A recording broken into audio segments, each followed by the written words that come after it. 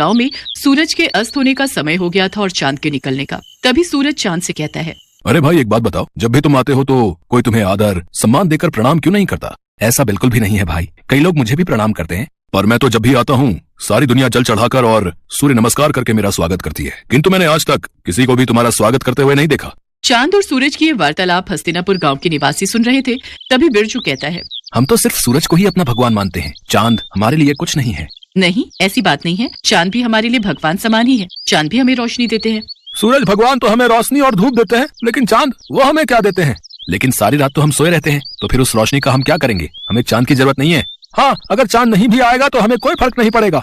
हाँ, उसका होना ना होना एक ही बात है। तुम ये क्यों भूल रहे हो? करवा चौथ वाले दिन इन्हीं की पूजा करने के बाद तुम्हारे लिए रखा गया व्रत पूरा होता है। लेकिन शुरुआत तो सूरज भगवान की पूजा से ही होती है। गांव वालों की बातें चांद और सूरज बड़े ध्यान से सुन रहे थे। उनकी बातें सुनकर सूरज तो खुश हो गया, लेकिन चांद थोड़ा उदास हो गया। फिर सूरज चांद से कहने लगा, देखा, हस्तिनापुर के लोग भी मुझे ही अपना भगवान मानते हैं और उनकी नजर में तुम्हारी कोई अहमियत नहीं है। परंतु मैं भी तो इन्हें रोशनी देता हूँ, और अगर मैं ना रहूं तो मेरे बिना इनकी जिंदगी भी अस्त व्यस्त हो जाएगी। ये तुम्हारी गलतफहमी है। इन लोगों को तुम्हारी बिल्कुल भी जरूरत नहीं है। अगर मेरी जरूरत किसी को भी नहीं है तो ठीक है, आज के बाद मैं आऊंगा ही नहीं। इसके बाद चांद वहां से चला जाता है और उसके जाते ही सारे गांव में अंधेरा छा जाता है। वैसे तो आसमान में कुछ सितारे होते हैं, लेकिन उनकी रोशनी ना के बराबर होती है। लेकिन अंधेरा इतना ज्यादा होता है कि किसी को भी कुछ दिखाई नहीं देता। हस्तिनापुर गांव में बुआई का समय शुरू हो गया था, इसीलिए किसानों को सुबह जल्दी उठकर खेतों में जाना होता है। लेकिन चांद के न होने से बाहर घनघोर अंधेरा होता है। अरे उमा, जल्दी से उठ जाओ, आज खेत की बुआई करने जाना है। जल्दी से उठ जाओ, वरना देर हो गई तो बाहर धूप बहुत तेज हो जाएगी, फिर खेतों में काम करना मुश्किल हो जाएगा। हाँ, बुआई के लिए तो जाना है, पर अभी बाहर बहुत अंधेरा है। आप भी सो जाओ जी, और मुझे भी सोने दो। मुझे लगता है बाहर सुबह होने वाली है, अब हमें चलना चाहिए। वो तो आप सही कह रहे हो जी, पर बाहर इतना अंधेरा है कि हम जाएंगे कैसे? ठीक है, फिर बाद में ही चलते हैं। इसके बाद दोनों सुबह का इंतजार करने लगे। फिर जब सुबह हुई तो दोनों खेतों के लिए निकल पड़े। लेकिन थोड़ी ही देर में सूरज सर पर आ गया और खेत में काम करना मुश्किल हो गया।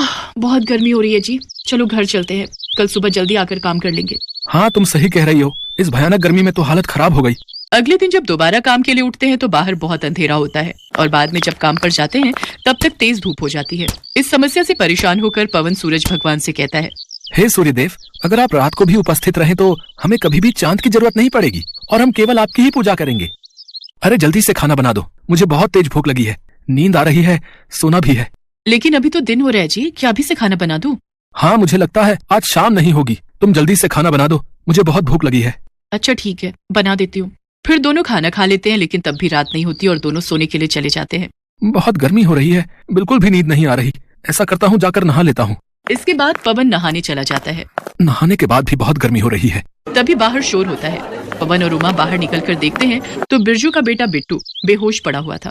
क्या हो गया मेरे बच्चे? कोई जल्दी से पानी लाओ। फिर उमा जल्दी से पानी लाकर बिट्टू के मुंह पर छिड़काव करती है। कुछ ही देर में बिट्टू होश में आ जाता है। लगता है दिन रात धूप लगने की वजह से ये बेहोश हो गया था। इसके बाद सभी सोने के लिए चले जाते हैं, लेकिन गर्मी की वजह से किसी को भी नींद नहीं आ रही थी। सारी रात लोगों की ऐसे ही कट जाया करती। इतनी गर्मी में तो हम लोग मर ही जाएंगे। काश सूरज ढल जाता तो इतनी गर्मी नहीं होती और हम लोग चैन से सो पाते।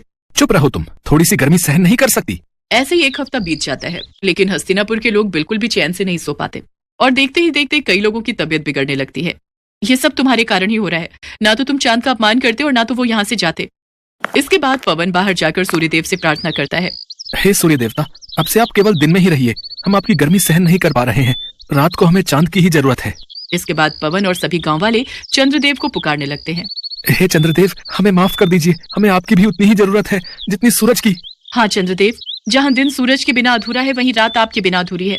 अब से हम आपकी भी उसी तरह पूजा करेंगे जिस तरह सूर्यदेव की करते हैं। ठीक है, मैं रात में तुम लोगों को रोशनी देने के लिए फिर से उपस्थित रहूंगा। मुझे माफ कर दो मेरे भाई, अब मुझे समझ आ गया है कि जितनी जरूरत इस दुनिया को मेरी है उतनी ही तुम्हारी।